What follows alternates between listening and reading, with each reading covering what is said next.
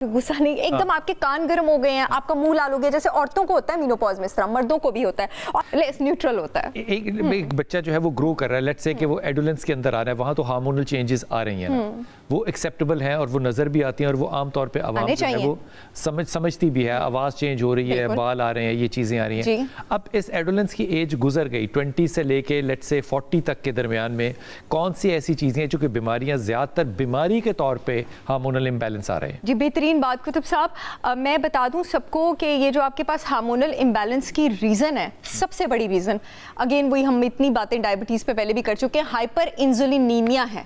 मैं आपको बताऊं, जब आपका इंसुलिन ऊपर जाता है ना तो वो क्या करता है, वो टेस्टोस्टेरोन को नीचे लेके जाता है और जिसको ऊपर लेके जाता है ना एंजाइम को, वो है एरोमाटेज।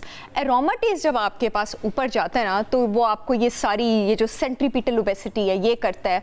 अच्छा, आपके हॉट फ्लैशेस, औरतों में नहीं मर्दों में भी आपके ये जो मोटा पेट नीचे से होता है कमर से, ये जो पेट खाली मोटा होता है लेकिन टांगे और बाजू पतले होते हैं, सबसे बदसूरत मोटापा। बदसूरत एस्थेटिकली नहीं, हेल्थ की सेंस में कह रही हूँ कि आपकी जिंदगी के लिए बदसूरत, ठीक है। ये किस लिए हो रहा है? ये हाइपर इंसुलिनीमिया, इंसुलिन ज्यादा बन रही है। इंसुलिन, आज मेरे सुबह एक क्लाइंट है, मेरे एक भाई हैं, उन्होंने मुझे मैसेज ड्रॉप किया था, डॉक्टर साहब आप मुझे बताएं मेरे पेट क्यों मोटे हैं और मेरे बाजू और टांगे क्यों पतली हैं। तो मैंने कहा भाई आपका इंसुलिन ऊपर है। इंसुलिन को बहुत शौक है पेट पे चर्बी चढ़ाने का, वो चढ़ाता ही पेट पे चर्बी है, क्योंकि इंसुलिन वहां चर्बी चढ़ाता है जहां पे ऑर्गन हो। ऑर्गन का है यहाँ और यहाँ कोई ऑर्गन है? पेट के अंदर सारे ऑर्गन है, ऑर्गन सारे ऑर्गन है, तो वो आपको पेरिटोनियल ओबेसिटी करता है। एक और चीज मैं आपको बताऊं, जिन मर्दों को हॉट फ्लैशेस हैं, आपको अपना लिवर डिटॉक्स करने की जरूरत है। हॉट फ्लैशेस से मतलब एकदम गुस्सा आता है? एकदम कान गर्म नहीं, हॉट गुस्सा नहीं, एकदम आपके कान गर्म हो गए हैं, आपका मुंह लाल हो गया, जैसे औरतों को होता है मीनोपॉज में, इस तरह मर्दों को भी होता है, और एकदम ना पसीना आना शुरू हो गया। एक्चुअली आपके लिवर में एक हार्मोन होता है SPHG, sex binding hormonal globulin. ये क्या करता है, अगर SBHG कुतुब साहब, अगर ये जरूरत से ज्यादा हो तो ये पता है क्या करता है, ये जाके टेस्टोस्टेरोन को लॉक कर देता है, कहता है अब निकल के दिखाओ।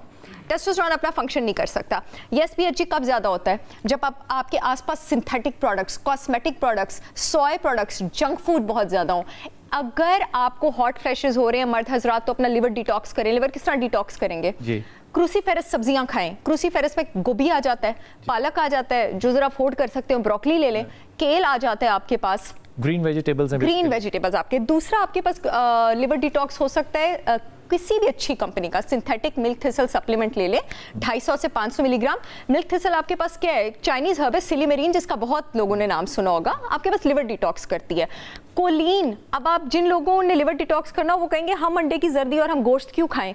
कोलीन इतना बड़ा लाइपोट्रोपिक एजेंट है ना, यानी लिवर की फैट कम करने वाला। कोलीन सबसे ज्यादा होता ही अंडे की जर्दी और बीफ में है। आपके अंडा खाने से लिवर का जो फैट है वो कम होगा, साफ होता है, होगा। मैं 2-2, 3-3 जर्दियां खाती हूँ, मैं तो आज जर्दी समेत। डॉक्टर साहब जिंदगी सारी गुजर गई, लोगों ने हमें डॉक्टर्स ने बताया कि जर्दी नहीं खानी। गलत कह रहे हैं सारे, बेशक मेरे पीछे पड़ जाएं, ठीक है। जर्दी अच्छा, इसमें देसी वलायती का कोई फर्क तो नहीं पड़ेगा? अब ऑफ कोर्स देसी होगा तो अच्छा होगा, जितना आपके पास देसी अंडा होगा, जितना उसका ऑरेंज जो आपके पास मोस्टली योक होती है ना, अनलेस एंड अनटिल उसको इंजेक्शन लगा के या कुछ इस तरह से नहीं किया गया। ज्यादा ऑरेंज होने का पता है क्या मतलब है, कि उस अंडे में कैरोटीन ज्यादा है। कैरोटीन आपके पास, विटामिन ए जो होता है ना, वो या आपके पास ऑरेंज कलर का होता है या पर्पल कलर का होता है। तो अगर अंडे की जर्दी ऑरेंज ज्यादा, इसका मतलब उसमें विटामिन ए ज्यादा, वो लेना चाहिए। हाँ, और जो देसी अंडा उसका ऑरेंज ज्यादा होता है, देसी इज ऑलवेज गुड। और अगर वो आपके पास उस हैन वैरायटी का है, जो आपके पास फ्री केज वैरायटी होती है ना, यानी हैन अच्छी इन्वायरमेंट में रही हो, उसको फ्री केज वैरायटी, हैन को भी स्ट्रेस ना रहे तो अंडा अच्छा होता है। हैन को भी स्ट्रेस होता है? हैन को भी स्ट्रेस होता है, मुर्गियों को भी स्ट्रेस होता है, गौर करना जी कुतुब साहब। और आपको पता है स्ट्रेस वाली मुर्गियों के अंडे अच्छे नहीं होते, स्ट्रेस वाली मुर्गियों के अंडे अच्छे नहीं होते।